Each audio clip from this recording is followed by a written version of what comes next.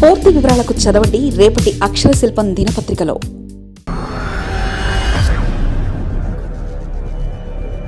అమ్మయ్య, అయిపోయిందా మరి?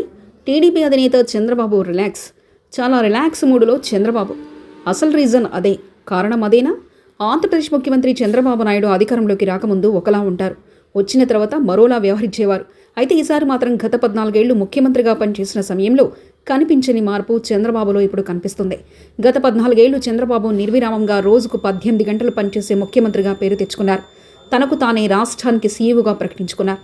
ఆయన నాడు ఉంటే సీఎం ఆఫీస్లో, లేకుంటే జిల్లాల పర్యటనలో, మరీ లేకపోతే పార్టీ కార్యాలయంలో. ఇలా గడిచేది ఆయన దినచర్య. రాష్ట్ర విభజన జరిగిన తర్వాత కూడా 2014 నుంచి 2019 వరకు దాదాపు అదే పంథాను కొనసాగించారు. కానీ ఈసారి మాత్రం ఆయనలో స్పష్టమైన మార్పు కనిపిస్తుంది. రిలాక్స్ మూడ్లో కనిపిస్తున్నారు. అంటే గతంలో మాదిరిగా అధికారులపై హడావిడి చేయడం కనిపించలేదు. ఆకస్మిక తనిఖీలు లేవు. తనను 1995 నాటి ముఖ్యమంత్రిగా చూస్తారని చంద్రబాబు ఆ మధ్య చెప్పినప్పటికీ ఆ విధమైన పోకడలకు ఆయన పోవడం లేదు. ఎంత కష్టపడినా ఇంతేలా అనుకుంటారో మరి మరో కారణమో తెలియదు, కానీ నాటి చంద్రబాబులో ఉన్న ఫైర్ కనిపించడం లేదన్నది ఆయనను దగ్గర నుంచి గమనిస్తున్న నేతలు చెప్తున్నారు. నాడు సెక్రటరియట్లో 8:30 గంటల వరకు అధికారులతో వీడియో కాన్ఫరెన్స్లో నిర్వహించేవారు.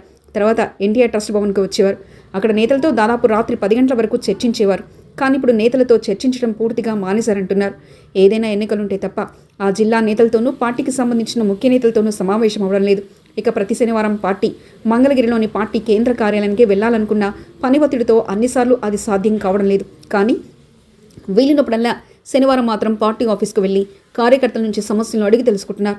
మరోవైపు ఆదివారం అయితే ఆయన చాలా రిలాక్స్డ్గా కనిపిస్తున్నారు. వీలైతే శని, ఆదివారాలు హైదరాబాద్లో వెళ్ళిపోతారు. మంత్రులకు కూడా ఆదివారాలు ఫ్యామిలీతో గడపాలని చంద్రబాబు చెప్పడం చూసి ఆయనలో వచ్చిన మార్పుకు సీనియర్ నేతలు విస్తుపోతున్నారు. ఒకనాడు తాను నిద్రపోను, మిమ్మల్ని నిద్రపోనివననే నినాదం చంద్రబాబు అందిపుచ్చుకున్నారు. అలుపెరగకుండా పనిచేశారు. కానీ 2024 ఎన్నికల తర్వాత మాత్రం ఉదయం 11 లేదా 12 గంటలకు సచివాలయానికి వస్తారు. తిరిగి 6 గంటలకు ఉండవల్లిలోని తన నివాసానికి చేరుకుంటున్నారు.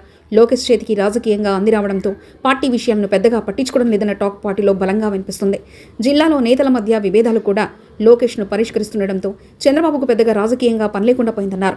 కేవలం ప్రభుత్వ కార్యక్రమాలకే ఆయన పరిమితమవుతూ తన ఆరోగ్యాన్ని మరింతగా కాపాడుకుంటున్నారని చెప్తున్నారు.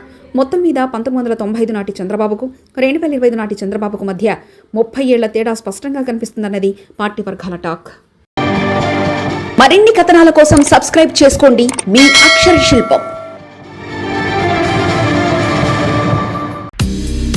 పూర్తి వివరాలకు చదవండి రేపటి అక్షర శిల్పం దినపత్రికలో.